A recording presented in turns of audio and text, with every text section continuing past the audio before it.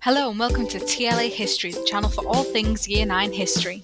Welcome back to Week 2, the First World War, everyone. And today we should be able to feel a bit more confident answering why did people sign up to the war? We're starting with Session 2, investigating the recruitment process. So make sure you write down the LO in your notes, and the LO for today is to investigate the recruitment process of World War I. So we're going to start with the starter activity to recall our knowledge. What does the word propaganda mean?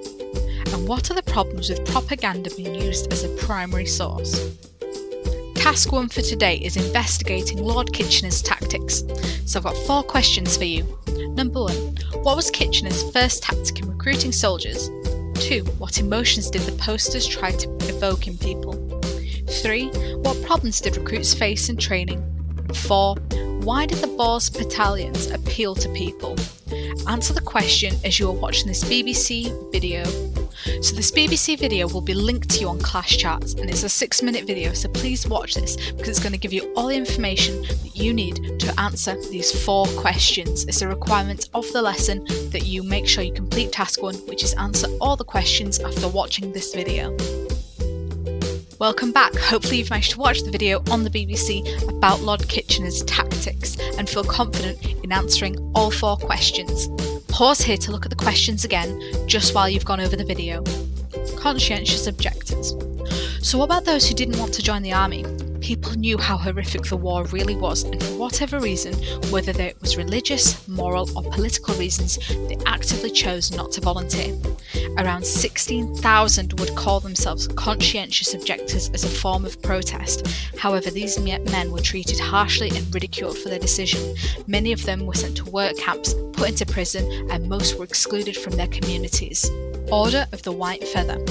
The Order of the White Feather were an organisation whose sole purpose was to pressure men into joining the war. They persuaded women to present men who had not signed up with a white feather.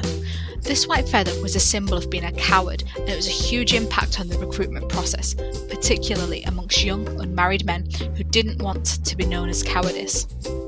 Pause the video here and write down how do you think men would feel if they were presented with a white feather? Well, did these tactics work? So the statistics on this graph show what a huge impact Kitchener's tactics had on the recruitment process, particularly when it started in 1914. When the graph peaks at a certain point, it's very likely that there was a recruitment campaign around these times.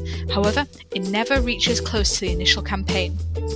You can also see that there is a significant drop towards the end of 1915.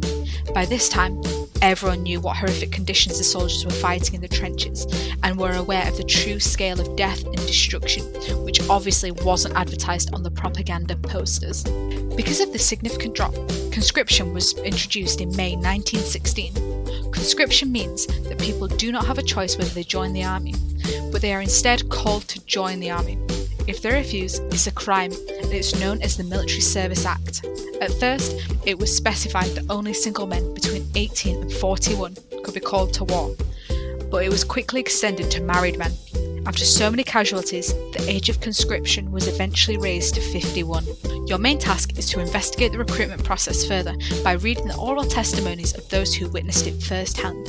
An oral testimony is basically spoken sources that have been written down. These testimonies are on a separate document which has been uploaded to Class Charts.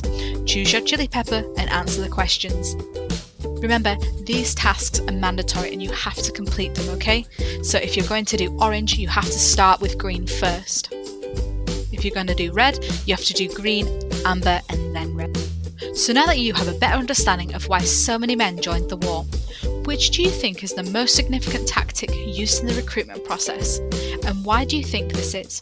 Use the sources to help, but try and put yourself in the shoes of a person in 1914. Would you have volunteered?